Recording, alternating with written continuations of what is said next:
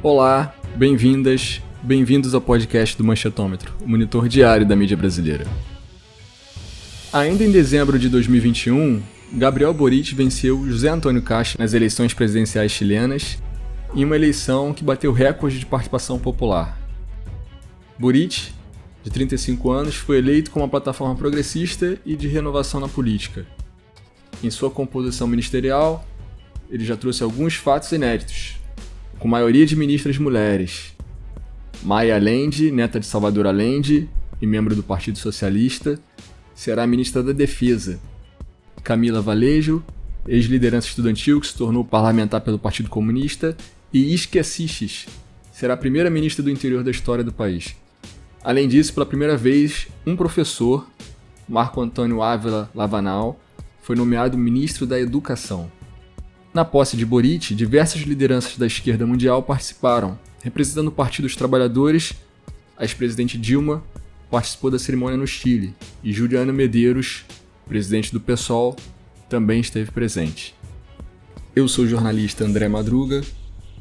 Se você já conhece o Manchetômetro ou não conhece, visite o nosso site manchetômetro.com.br e siga as nossas redes sociais. Nós temos também uma campanha de financiamento coletivo.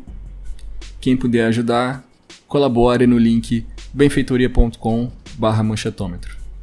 Para falar sobre a eleição de Gabriel Boric no Chile e a esquerda latino-americana, eu recebo hoje Thalita Tanchait. Thalita é doutora em Ciência Política pelo IESP-UERJ, atualmente é pesquisadora de pós-doutorado do Instituto de Relações Internacionais da PUC-Rio e pesquisadora do OPSA IESP-UERJ. E Beatriz Bandeira de Mello. Beatriz é doutoranda em Relações Internacionais pela UERJ e pesquisadora do Manchetômetro e do LERP, PPGRI da UERJ. Olá, Thalita, Bia, prazer ter vocês aqui. Thalita, segunda vez. A Bia já participou de vários. Bem-vindas. Obrigado pela presença. Olá André, olá Thalita. É um prazer estar aqui de volta, um prazer estar aqui com vocês de novo para a gente falar um pouco sobre o Chile. Prazer, André. Prazer, Bia. Vamos conversar. Beatriz e Thalita, como vocês avaliam a vitória do Boric? E também o que representa para o Chile a volta da esquerda no poder? Então, André, eu acho que vamos começar pelo começo, né? Eu acho que, sem dúvida, é uma vitória muito significativa para o Chile, mas a gente também não pode deixar de considerar que é uma vitória bastante significativa para a nossa região, né? E quando a gente fala sobre uma vitória significativa, não quer dizer exatamente que foi uma vitória fácil, né? E o que eu quero dizer quando a gente pensa numa perspectiva ampliada para a nossa região é justamente pensar que a vitória do Boric ela faz parte desse movimento que a gente vem observando, né? De ascensão de governos e lideranças progressistas, que embora muitos digam, né, que é uma onda rosa 2.0, enfim, que a gente estaria revisitando a onda rosa, que foi esse ciclo de governos progressistas ali no início dos anos 2000, na verdade eu digo que ainda é um pouco cedo para a gente afirmar isso com certeza, né? Embora a gente tenha aqui na nossa região uma série de governos que de fato propõem agendas mais progressistas em contraponto ao que a gente vem vendo nos últimos anos aí, eu acho que apontar para essa nova onda rosa, eu acho que ainda é um pouco cedo, né? Um pouco cedo para a gente falar sobre isso. Então, só a título de ilustração, eu cito aqui, né, a exemplo de outros governos que também se propõem a uma agenda progressista. A gente tem na Argentina Alberto Fernandes, a gente tem o Luiz Arce na Bolívia também, e o Pedro Castillo no Peru, e assim só para citar governos que de fato foram eleitos. E pensando ainda em eleições que vão ocorrer esse ano, a gente tem na Colômbia o Gustavo Petro, que tem como vice a Francia Márquez, estão disputando para substituir o governo do Ivan Duque na Colômbia. E aí, pensando no caso brasileiro, a gente não pode deixar de destacar ali a pretensão do ex-presidente Lula de também concorrer às eleições presidenciais desse ano. Se a gente olhar para a nossa mídia aqui local, né, mídia brasileira, tem se falado muito a respeito da vitória do Boric, sobretudo por ele ser um candidato jovem, né, ele tem apenas 36 anos, e se destaca muito a vitória política dele como uma liderança do movimento estudantil, né? Então, isso tudo a mídia faz sempre questão de colocar como fatos ali inéditos e surpreendentes dessa candidatura. Se a gente voltar um pouquinho atrás, né, o modo como a mídia brasileira sempre enquadrou o Chile, né, como um exemplo, como um modelo a ser seguido, sobretudo aqui pelo Brasil. O próprio ministro Paulo Guedes, à época das eleições de 2018, colocava o Chile ali como modelo de modelo econômico, enfim, olhando para a questão previdenciária, olhando para a questão trabalhista, enfim, é sempre colocado como um modelo a ser seguido pelo Brasil. Então, é muito curioso ver como agora a mídia tem enquadrado a eleição do Boric, né? Então, sempre para a gente pensar nesse contexto de como a mídia vem tratando como um fato inédito e surpreendente, muito, muito positivo. Mas, assim, só para a gente ter essa contextualização em mente. Acompanhando primeiro um pouco do que a Bia falou em respeito a uma segunda onda rosa, a um segundo giro à esquerda, né? Análogo ao que teve início ali na virada do século XX para o século XXI, eu acho que a gente tem que parar de pensar em ondas na América Latina, ondas à direita ou ondas à esquerda. E aí tem algo que eu tenho insistido, é que no presente e no futuro nós não teremos mais ondas, nós teremos um continente permanentemente em disputa. E a novidade, né, do presente e do futuro é que nessa disputa nós temos, em uma região cuja tradição histórica é conservadora, e seja em períodos democráticos, seja autoritários, dominada por organizações políticas de direita, nós podemos afirmar atualmente que temos partidos de esquerda enraizados socialmente e competitivos eleitoralmente. Então, eu acho que a chave para a gente pensar a região atualmente, no que diz respeito à competição política eleitoral, é essa novidade, né, que tornou possível, pela primeira vez na história, a existência de uma esquerda que, quando não estiver governando, estará na oposição, ali sempre disputando, né, o segundo lugar nas disputas eleitorais. E, inclusive, porque se a gente for pensar, né, no caso colombiano, por exemplo, que sempre foi tido como bastião da direita latino-americana, especialmente sul-americana, esse bastião está sendo posto em xeque. Provavelmente ocorrerá uma vitória da esquerda agora em maio, lá, como a Beatriz colocou, com o Gustavo Petro e a Francia Marques. Sobre a vitória do Boric, em alguma medida foi um sopro de esperança para a esquerda, seja por essa renovação política e geracional e atualização programática que o Boric e a Frente Ampla trazem, mas também pelo simbolismo do que o Chile representou para a esquerda internacional do ponto de vista histórico, né? O Chile foi o país da aposta da via democrática ao socialismo com o Allende, interrompida, claro, pelo golpe de Estado do Pinochet, mas foi um país que, durante muito tempo, foi uma espécie de guia, de horizonte para a esquerda, principalmente para a esquerda identificada com o campo democrático. E isso estava amortecido e escondido, seja pela ditadura militar, seja pelos governos da Concertación e mesmo do Partido Socialista do Chile. Então, acho que essa vitória traz um novo sopro para o mundo e especialmente para a América Latina. Para o Chile, ela não representa só o retorno da esquerda ao poder, porque o período em que a esquerda esteve no poder com Ricardo Lagos e com Michelle Bachelet, eles não estavam no poder representando o Partido Socialista, né? A tradição do socialismo democrático. Eles estavam representando, sobretudo, a Concertación, né? Em um contexto em que existiam muitos constrangimentos institucionais para que políticas públicas mais progressistas fossem implementadas. E não à toa agora estamos em pleno processo constituinte para finalizar com esses constrangimentos institucionais, o qual a Constituição é o maior deles.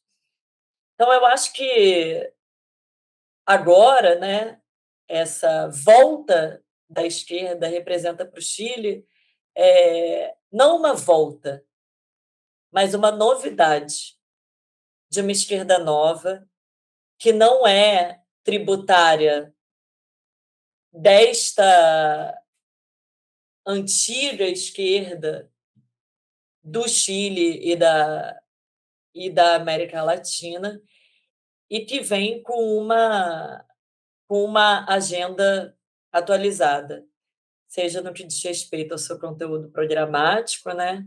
Seja no que diz respeito a quem vai tocar esse governo.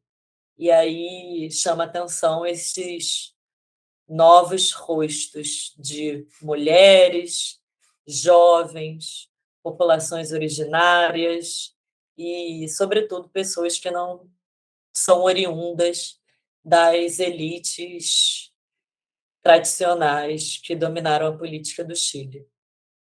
Legal, vamos lá. A mídia brasileira deu amplo destaque para o fato da maioria dos ministérios do Boric ser chefiado por uma mulher. O presidente, em seu discurso, lembrou que tal fato já foi feito por Michelle Bachelet. Qual a avaliação que a gente pode tirar dessa nova composição ministerial do Boric? E qual fato chamou mais a atenção de vocês? Um pouco a fala da Thalita sobre essa novidade, e justamente quando a gente olha para o discurso dele, e é muito bonito, e eu recomendo, inclusive, para os ouvintes, né? Se tiverem a oportunidade de olharem para o discurso dele, que foi feito numa praça lotada, enfim, tinha muita gente de todas as idades, das crianças aos mais velhos, enfim. Mas como ele recobra isso no discurso, né? De como ele cita a população indígena, como ele cita as mulheres, inclusive ele cita crianças, ele faz questão de citar. É um fenômeno. Eu acho que é um fenômeno que atravessa várias faixas etárias. Assim. A gente fala muito sobre ele ser jovem, mas ele conseguiu, de certa maneira, dialogar com vários setores da sociedade que estavam insatisfeitos. Então, assim, é um feito significativo, se a gente olhar por esse lado, né? Ele não dialogou só com os jovens, ele dialogou com aqueles que, de certa maneira, não se sentiam representados pela classe política chilena. Então, é bastante significativo a gente olhar para esse lado. Mas agora, olhando especificamente para a questão das mulheres, né, para essa composição dos ministérios, eu acho que a gente tem que olhar também para toda o pano de fundo político dessa questão, né? Porque a gente vê que muitas dessas ministras, inclusive, têm uma trajetória política vinculada a direitos humanos, vinculada ao movimento feminista. Então, assim, a própria escolha de muitas dessas ministras vem articulada justamente com essa trajetória. Não é uma escolha ao acaso, não é uma escolha por uma questão de representatividade sem esse arcabouço, né, sem essa trajetória política. A Bachelet já tinha se proposto a ocupar metade dos ministérios com mulheres, então isso já vinha acontecendo no governo anterior. Só que, particularmente, o que me chamou a atenção foi justamente essa preocupação do Boric em dialogar com os setores que, de certa maneira, apoiaram o governo dele. Ele autoproclama o seu governo como um governo feminista, e, como eu disse, né, no próprio discurso de posse dele, ele fez questão de levantar o quão importante foi essa articulação de mulheres chilenas nos últimos anos, e a gente também coloca esse movimento de mulheres numa perspectiva mais ampliada, de um movimento de mulheres que é da América Latina, e a gente cita aí a Argentina também, a Colômbia, o México, enfim, vários outros países que vêm vindo forte com essa articulação do movimento feminista. No Chile não foi diferente, né? Então, se a gente olhar ali, por exemplo, para o 8M de 2020, tinha 3 milhões de pessoas na praça, entendeu? 3 milhões de mulheres. Majoritariamente mulheres, óbvio. Mas, enfim, é um movimento que vem se articulando a diferentes níveis, né? E a gente fala também do nível institucional, mas não só isso, a nível de movimento social, e como essa troca vem ocorrendo para que hoje fosse possível se falar em mulheres ocupando cargos dentro do governo do Boric. Então, eu chamo aqui a atenção, claro, para além da Baia Allende, né, que vai ocupar o Ministério da Defesa, altamente simbólico, mas eu chamo aqui a atenção para um aspecto institucional da escolha que ele fez, né? Ele colocou, por exemplo, no Ministério de Relações Exteriores a Antônia Urrejola, que era da Comissão Interamericana de Direitos Humanos, da Organização dos Estados Americanos, da OEA. Então, também por uma opção de manter certa diálogo com instituições regionais, né, hemisféricas. Então, de também ter esse diálogo com não só os movimentos feministas, os movimentos sociais, esse diálogo com a base, mas também procurar ali dialogar com ativistas que também fazem parte de outras organizações internacionais, justamente para conferir esse caráter mais plural à sua composição ministerial. Mas eu chamo a atenção para esse fato, né, de que é um diálogo que vem com os movimentos que deram sustentação, sobretudo, à campanha dele, a forma como tudo se desenhou, e que não é uma representação que vem de agora, mas assim de um movimento que vem sendo construído há pelo menos aí uns 5, 6 anos no Chile. Então, só para a gente contextualizar também. Eu acho que sem a Bachelet, e principalmente sem o segundo governo da Bachelet, provavelmente a Frente Ampla não existiria, ou não teria a força que tem e que teve em 2021, e provavelmente Boric não teria sido presidente. A Bachelet realizou no seu segundo governo a reforma eleitoral, que permitiu, né, o rompimento com o duopólio das duas coalizões que dominaram a competição política eleitoral no Chile desde a transição à democracia até 2017, e permitiu a pluralização da representação política, que novos partidos fossem criados, que novas coalizões fossem formadas. Isso foi fundamental para que a Frente Ampla surgisse como terceira força eleitoral no Congresso em 2017, e para que essa construção continuasse e pavimentasse o caminho à vitória do Boric. Assim como eu acho que essa representação de mulheres que existe atualmente, não apenas nos ministérios, mas cabe destacar que o segundo escalão do governo do Boric, essas chefias do segundo escalão, também é de maioria de mulheres. Eu acho que isso também teria sido mais difícil sem a Bachelet como presidenta, com a popularidade que ela tem, com as políticas que ela implementou, ainda que extremamente limitadas, mas, por exemplo, a descriminalização do aborto, né, em Três Causales, que é basicamente fazer com que a legislação chilena seja igual à brasileira, também foi feita no segundo governo da Bachelet.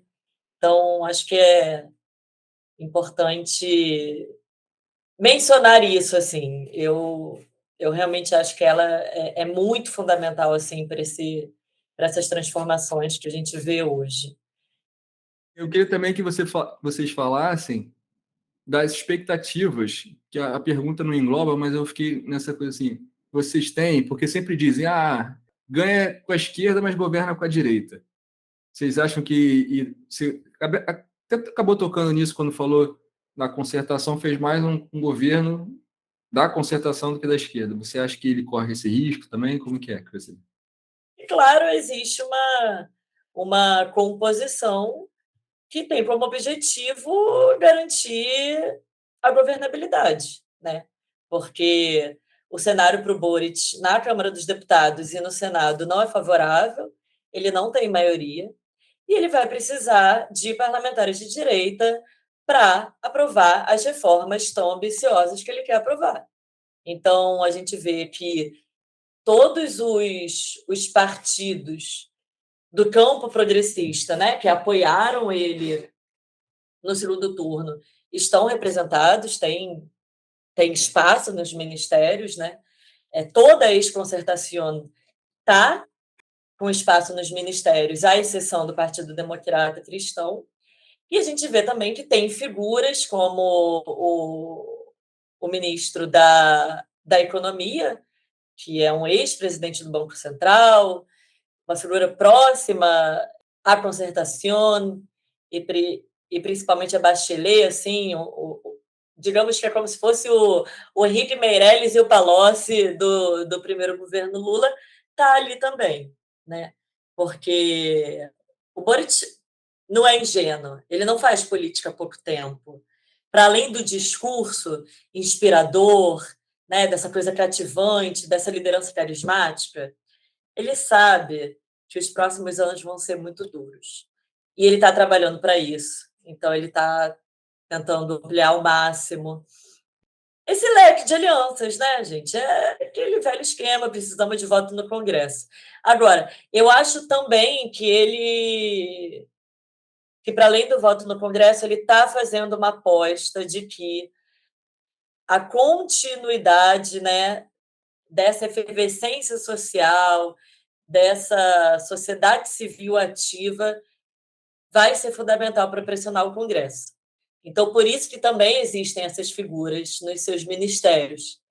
Essa teia de atores das elites políticas, do mainstream, da representação político-partidária, com atores da sociedade civil, do mundo social, da ação coletiva, que vão empurrar essas transformações. Isso é diferente da Concertación, porque a esquerda era minoria na Concertación. Então, o PS se tornou maioria na Concertación muito tempo depois. O Partido Democrata Cristão era o fiador dessa coalizão política. E o PS vinha a reboque. Reboque é uma palavra forte, mas ele não vinha com muito peso. Isso é diferente. Agora a gente tem partidos de esquerda, uma coalizão de esquerda liderando, que é a Frente Ampla com o Partido Comunista, e os outros partidos vindo a reboque para dar sustentação, né, para esse projeto político, que vai ter que recuar, mas que, sem dúvidas, é muito mais ambicioso do que o projeto que a Concertación tinha para o Chile quando foi governo. Mas, Thalita, pensando um pouco no que você vem dizendo sobre as articulações do Boric para justamente alcançar essa governabilidade, né? E aí você falou do Márcio Marcel, né, que foi presidente do Banco Central com a Bachelet e com o Pinheira, e olhando para a mídia brasileira, esse foi um aspecto bastante comentado, assim. Eu li no Globo, por exemplo, de que essa foi uma escolha correta que o Boric fez, de colocar um ministro, enfim, mais alinhado com governos anteriores, enfim, que seria uma boa escolha para um começo de governo. E eu sempre acho muito curioso como a mídia brasileira acaba enquadrando governos de esquerda, né, na região. E aí eles fazem duas apostas, geralmente, quando eu falo eles, os meios de comunicação mais tradicionais, né? Ou, a qualquer momento, um governo mais de esquerda progressista vai descambar para um autoritarismo, então sempre fala sobre essa questão do autoritarismo, então, inclusive, com o Boric, que tem apenas tem semanas de governo, acabou de começar, então já se fala sobre, olha, como ele vai lidar com a questão dos presos, né, dos manifestantes que foram presos durante os protestos de 2019. Eles estão presos, mas ele também não pode soltar. Se ele soltar, ele é autoritário. Então, assim, já se cobra muito do que ele vai fazer a respeito dessas questões que vêm aí desde 2019. Então, já fica essa sombra do autoritarismo. E, por outro lado, um argumento que eu também vi bastante era que, justamente, por ele ser um líder estudantil, né, de ter essa trajetória política mais voltada à articulação com movimentos sociais, enfim, mais voltada a esse diálogo justamente com as lideranças estudantis e, sobretudo, com o Partido Comunista, de que ele optar por abrir um diálogo com setores mais à direita não fazia mais dele um líder estudantil, assim, 100% confiável. Então, como se houvesse uma cisão dentro do governo, que ou ele vai ser autoritário, ou ele vai cambar para a direita e não vai ser mais um governo de esquerda. Então, é sempre se colocar nessa dúvida, né? Uma dúvida permanente sobre o que vai acontecer. Então, é sempre se colocar à prova do que, de fato, vai ser esse governo do Boric, né? Se ele vai optar por se aproximar de setores mais à direita e, por isso, perdeu a carteirinha, né? Digamos assim, falando de modo mais brincadeira, né? Ou vai perder a carteirinha de líder estudantil, não pode, tem que manter ali fiel aos princípios, ou ele vai optar por ser autoritário, e aí o discurso já está todo pronto, né? E responsável fiscalmente, também é um clássico. Inclusive, no próprio discurso de posse, ele frisou bastante isso, né, de responsabilidade fiscal, porque era um temor que se existia, né, de que ele ia promover uma série de reformas sociais sem se preocupar com a questão macroeconômica, de que ia, e aí sempre vem esse argumento, né, como outros governos de esquerda da América Latina, ele vai se preocupar em fazer reformas sociais, mas a questão macroeconômica vai ser deixada de lado e o governo vai estar numa crise, o Chile vai entrar numa crise, enfim. Então, essa preocupação com a responsabilidade fiscal, ele trouxe para dentro do discurso para, de certa maneira, dizer, olha só, eu sei o que eu estou fazendo. É meio que para tentar, de certa maneira, transmitir certa confiança, né, para esse setor mais, digamos, assustado com o que poderia ser, mas também mostrar que é um governo que se propõe a realizar mudanças estruturais com responsabilidade. Então, essa foi uma preocupação que eu vi, de certa maneira, aparecer durante o discurso de posse do Boric, né? Então, sempre dialogando com essas duas frentes, né? Muito interessante. O que eu ia dizer é que, na realidade, não é uma coisa nem outra, não é nem radicalismo nem moderação, sabe? Eu acho que essa é uma construção muito pobre, seja de jornalistas, seja de cientistas sociais, assim, sabe? Reduz muito o quão complexo é o desafio de ser governo, né? Então, assim, por exemplo, Boric vai rifar os direitos das mulheres? Não vai. Isso não vai acontecer. Isso é algo que, assim, que eu boto a minha mão no fogo. Ele não vai rifar o debate sobre a descriminalização e legalização do aborto. Mas ele vai, talvez, ceder na questão econômica? Muito provavelmente. Já deu indícios que sim, até pelo discurso dele, porque ele nomeou no Ministério da Economia. Agora, uma análise que a gente tem que fazer, entendendo, gente, que governar é uma coisa muito complexa, sabe? Eu fico muito irritada com esses simplismos, assim, feitos pelos meios de comunicação. Agora, a lua de mel vai acabar, né? 3 meses, com sorte, para a lua de mel acabar com o Boric. E aí, gente, aí vem a paulada, porque governar é muito difícil. Na minha opinião, as reformas estruturais não são nem o grande desafio do Boric. Eu acho que o Boric tem como desafio ter sido o presidente que garantiu que a nova Constituição fosse aprovada no referendo que vai ter ainda esse ano e que assentou na estrutura do Estado as bases para que essa, né, nova Carta Constitucional seja implementada. A implementação dela, não sei se fica para esse governo. 4 anos é muito pouco. Mas vamos vendo. Vamos à última pergunta. A vitória do Boric repercutiu bastante na mídia brasileira, em suas falas, mesmo elogiando diversas lideranças da esquerda latino-americana, principalmente Salvador Allende.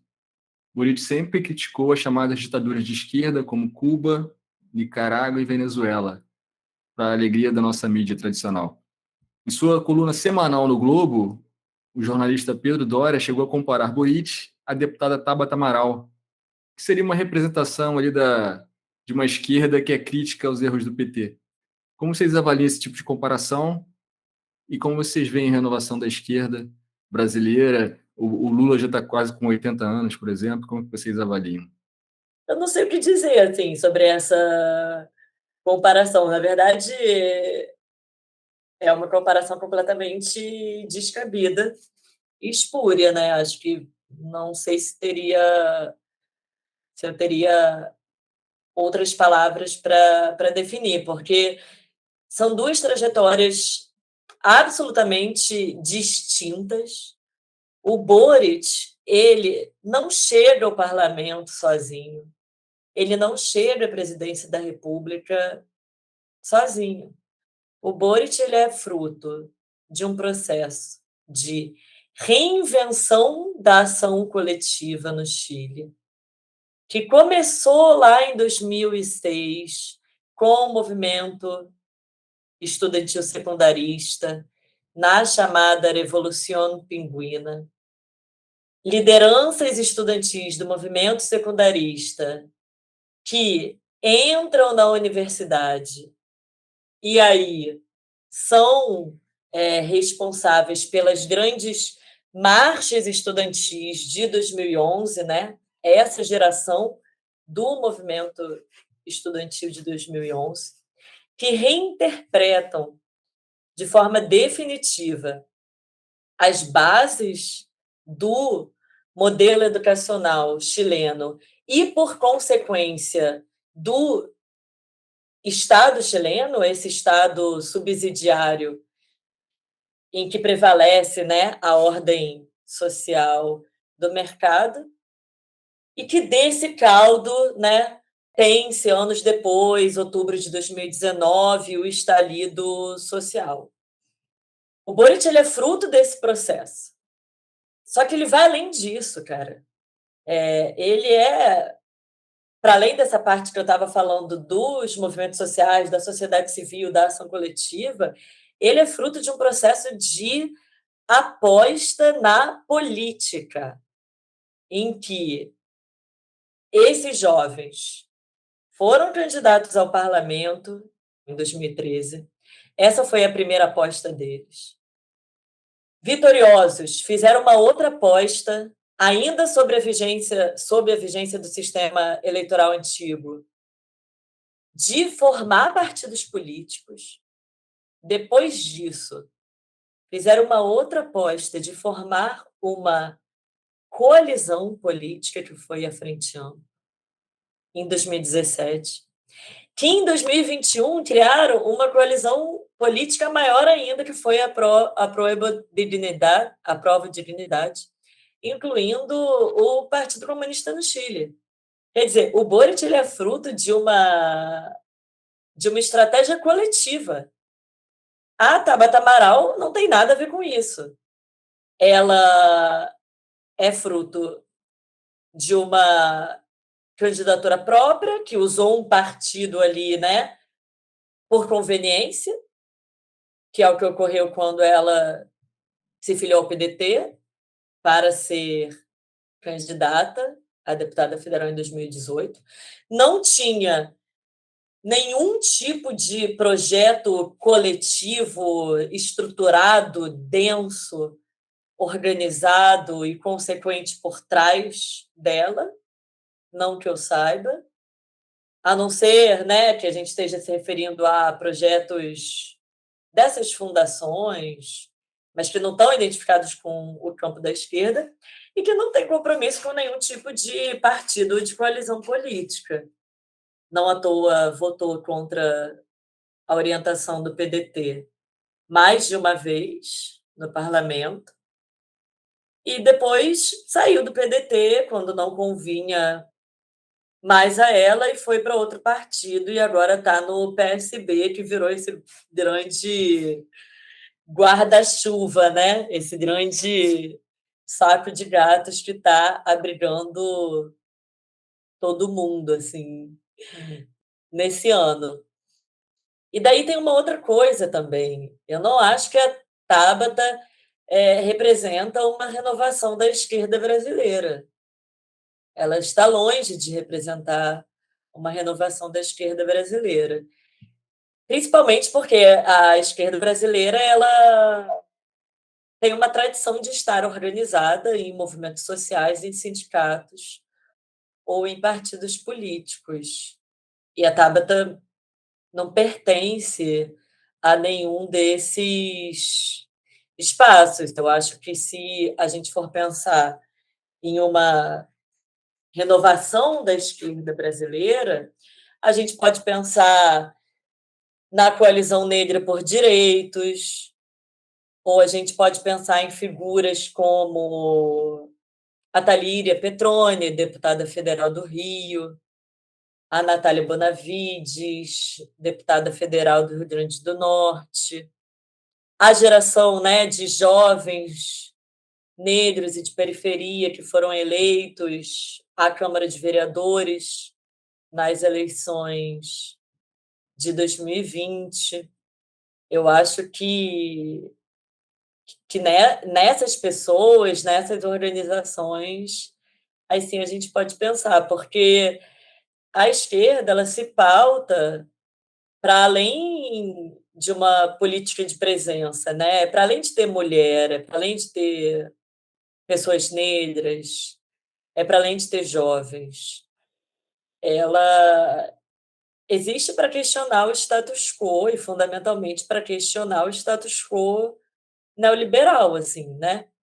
Então, eu acho, inclusive, que o Boric não concordaria em nenhum grau assim com essa analogia. Se a gente for pensar para quem ele olha, se é para fazer paralelos, para quem ele olha em outros países, eu diria que, sem sombra de dúvidas, Podemos na Espanha, principalmente na figura do Pablo Iglesias e do Errejón, e em alguma medida, mas não com muita centralidade, para o PSOL. E aí, destacadamente, para o Boulos, né? E para o que seriam essas lideranças que emergiram junto com a Marielle, ou como consequência já das mudanças positivas que a Marielle provocou no PSOL. Tipo de comparação que é feita sem nenhum critério, sabe? Eu acho que a mídia brasileira tem muito disso, sabe? De tentar colar figuras que não tem nenhuma semelhança, justamente para aproveitar, digamos, o hype, né? Então a gente vê agora o Boric no Chile, então essa tentativa de associar pelo critério da juventude, né, duas figuras que, como a Thalita bem colocou, não tem uma trajetória minimamente semelhante, no mínimo preocupante, sabe? Quando ele critica e ele fala que o governo dele está preocupado com a democracia e não vai tolerar governos autoritários, seja de quais cores forem, né? Ele acabou falando sobre isso.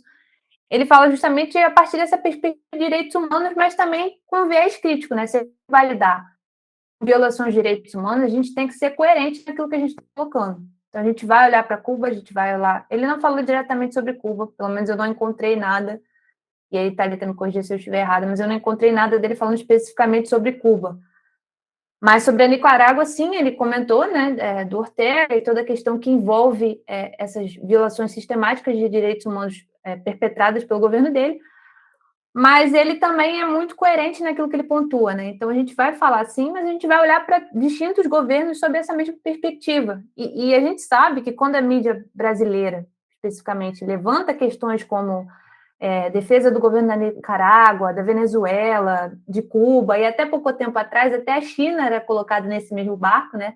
A China era considerada um país autoritário, um país da ditadura comunista, e isso surpreendentemente sumiu ou encontra muito pouco eco no noticiário brasileiro hoje, porque a gente sabe da relevância política e econômica da China para o Brasil, né? Então, a gente viu, inclusive, o próprio governo Bolsonaro tendo que moderar um pouco o discurso para falar sobre a China, porque não é assim, né? A gente não sai classificando os governos à direita como a gente imagina. Então, como é complicado se falar sobre esses países, mas a gente sabe que o que vem por trás disso é justamente uma alfinetada no Partido dos Trabalhadores, né, no PT. Então, quando você fala que, olha, o Boric está criticando Nicarágua e Cuba, e o PT está fazendo o quê? Está apoiando esses governos? Então, a gente sabe que vem a partir dessa crítica sistemática ao Partido dos Trabalhadores. Então, aqui eu deixo uma questão para quem está ouvindo a gente, né? Se amanhã o Partido dos Trabalhadores emitir uma nota dizendo que rechaça o governo da Nicarágua, esse partido vai ser bem visto pela mídia porque está fazendo isso? Então, a gente tem que questionar se a preocupação é realmente a violação de direitos humanos, né? Realmente, o Boric ele não fala sobre Cuba. O que ele fala mesmo é sobre Nicarágua, né? Inclusive com uma postura mais ativa, por exemplo. Na questão da Nicarágua, especificamente para a posse dele, ele não só não convidou nenhuma autoridade do governo do Ortega, como ele convidou 2 sandinistas históricos, que são 2 poetas também, a Gioconda Belli e o Sérgio Ramírez, que atualmente se encontram no exílio na Espanha para irem à sua posse. Então, aí é onde ele tem uma posição mais forte de enfrentamento. E aí eu acho que é uma coisa que ocorre em gradientes, assim. Então, Nicarágua é uma coisa completamente dura, né, a crítica dele. Venezuela é dura ainda, mas com matizes. E Cuba é assim, a gente tem que criticar qualquer tipo de autoritarismo, então vamos colocar Cuba no saco, mas ciente de que o troço é muito mais complexo.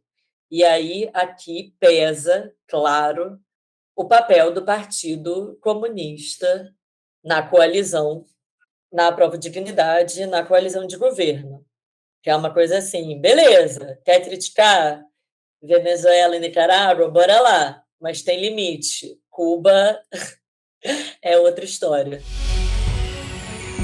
É isso. Você acabou de ouvir o episódio sobre as eleições chilenas, as expectativas sobre o mandato do Boric e a repercussão do novo governo na mídia brasileira. Se te incomoda a baixa qualidade e manipulação das notícias, se você está cansado ou cansada de ouvir e ver os mesmos comentaristas da grande imprensa defendendo os mesmos pontos de vista, se você acredita que a democratização da mídia é fundamental para a saúde da nossa democracia, junte-se a nós. Se puder, colabore no link benfeitoria.com/manchetômetro. Obrigado pela companhia e até o próximo episódio.